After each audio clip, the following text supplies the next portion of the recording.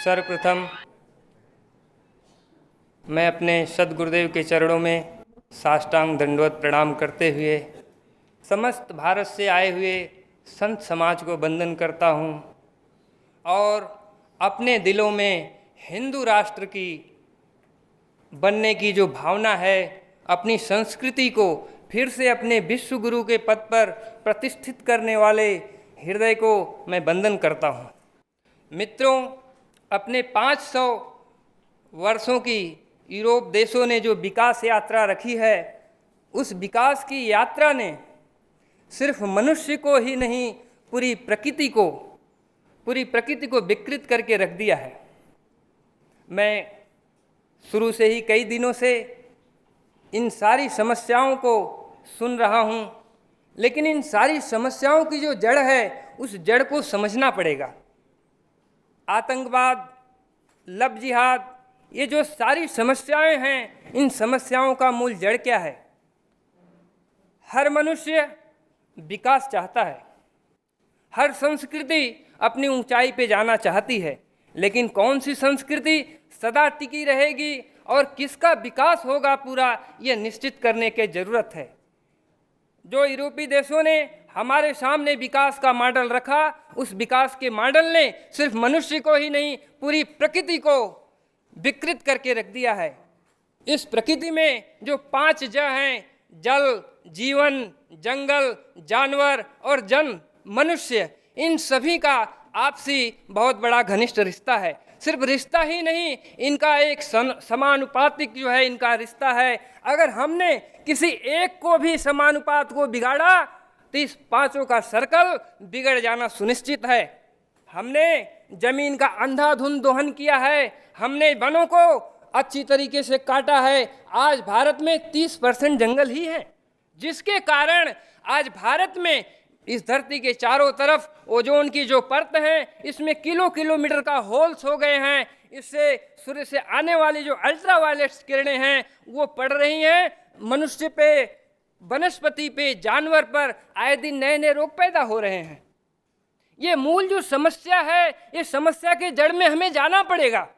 हमने माँ की धरती की नसों में 190 लाख मीट्रिक टन यूरिया और डीएपी डाल देते हैं और 100 करोड़ लीटर कीटनाशक दवाओं के रूप में इस धरती माँ की नसों में हर साल उड़ेल देते हैं।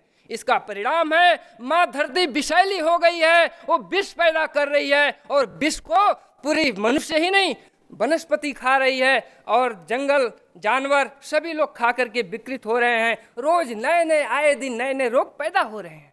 और आज हमने जो विकास का मॉडल रखा है, इन मल्टीनेशनल कंपनियों ने आईएमएफ और वर्ल्ड बैंक के माध्यम से, ये वर्ल्ड बैंक और आईएमएफ मल्टीनेशनल कंपनियों के लिए एजेंट का काम कर रही हैं। ये मल्टीनेशनल कंपनियों के फायदे के लिए नीतियां बना के हर देश में लागू करा रही हैं और ये नीतियां हमारी संस्कृति को विकृत करने का काम कर रही हैं। और ये नीतियों का एक ही उद्देश्य है, पूरे देश में, पूरे विश्व में बिना बॉर्डर रहित देश होना चाहिए, $1 होनी चाहिए, एक संस्कृति होनी चाहिए और इस विश्व में सिर्फ 50 करोड़ आदमी चाहिए। इनको 700 करोड़ नहीं चाहिए, इनको 50 करोड़ की जनसंख्या इनको चाहिए। इसलिए इन्होंने इल्यूमिनाती को पैदा किया है, जिन्होंने अर्धमृत मानव बम पैदा करने की योजना बना रखी है। मैं आगे इन मल्टीनेशनल कंपनियों की बात करूंगा। मल्टीनेशनल कंपनियों ने आईएमएफ और वर्ल्ड बैंक के माध्यम से केंद्रीकरण की नीति, बाजारवाद का, इसके बाद स्थानीयकरण, उदारीकरण, वैश्वीकरण, ये सारी जो चीज़ें रखी हैं हमारे सामने, इस चीज़ों का रखने का एक ही उद्देश्य है। इन्होंने पूंजी को ब्रह्म माना है, मुनाफा को आत्मा माना है और विश्व बाजार को मंदिर बना लिया है। इसके माध्यम से ये सारी नीतियां बना करके दोहन की नीति अपनाई है। इस नीति से बचने के लिए हमें वैश्वीकरण की जगह स्थानीयकरण अपनाना पड़ेगा।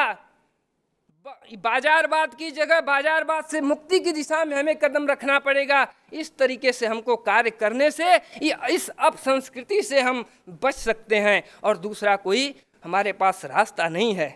मित्रों, मैं सिर्फ यही कहना चाहूँगा, अगर हमें इस सुनामी से बचना है तो हमें गौ संस्कृति अपनानी पड़ेगी। पहले क्या था, बीच में गाय थी, उसके चारों तरफ किसान थे, उसके चारों तरफ उद्योगपति थे, उसके चारों तरफ राजनेता थे। लेकिन आज मध्य में राजनेता आ गया है, उसके चारों तरफ उद्योगपति और फिर उसके चारों तरफ किसान आ गया। गाय की तो ये हाल है कि काट काट के खाया जा रहा है। हमारी संस्कृति कहाँ से बचेगी? हम कैसा हिंदू राष्ट्र बनाएंगे, ये हमें सोचना पड़ेगा। मुख्य जो हमारा विषय है, मैं ये कहूँगा कि हम कितना भी लव जिहाद के लिए लड़ें, धर्मांतरण के लिए लड़ें, लेकिन जब तक अंग्रेजों का बनाया हुआ हमारे पास संविधान है, अंग्रेजों के बनाए हुए कानून हैं। लॉर्ड मैकाले ने जब कानून CRPC, IPC, ये सारे जो इंडियन पेनल कोड जब बना रहा था 1940 में, तो उसने कहा था मैं कानून का ऐसा आधार रख के जा रहा हूँ कि उस कानून के लागू होने के बाद भारतीयों को न्याय कभी नहीं मिलेगा। और कानून की जटिलता इतनी है कि आम आदमी को समझ में ही नहीं आएगा। तो जिस कानून से भारत के ऊपर अत्याचार करने के लिए बनाया गया, जिस कानून को गुलाम बनाने के लिए बनाया गया, उस कानून से आज़ाद होने के बाद क्या हमें न्याय मिलेगा?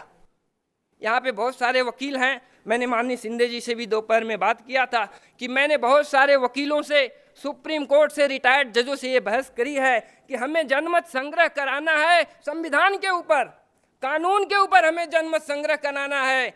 हमें अंग्रेजों के विकास के मॉडल के लिए जो इन्होंने कानून बनाया है और एक जो संविधान बनाया है, इस फ्रेमवर्क को हमें तोड़ना पड़ेगा। हमें अपनी व्यवस्था लागू करनी पड़ेगी। भूमंडलीकरण के आधार पे हर विश्व का, हर देश का अपना अपना संविधान होगा, न कि अमेरिका से संविधान आयातित करके भारत का विकास होगा, न कि भारत की न्याय व्यवस्था सुनिश्चित की जाएगी। इसलिए हमें अगर हिंदू राष्ट्र बनाना है तो अपनी इस व्यवस्था को भी सोचना पड़ेगा, उस अंग्रेजों की बनाई हुई संवैधानिक व्यवस्था को तोड़ना पड़ेगा। बस इन्हीं चंद शब्दों के साथ मैं अपनी वाणी को विराम दूंगा। नमस्कार। जयतु जयतु हिंदू राष्ट्रम, जयतु जयतु हिंदू राष्ट्रम।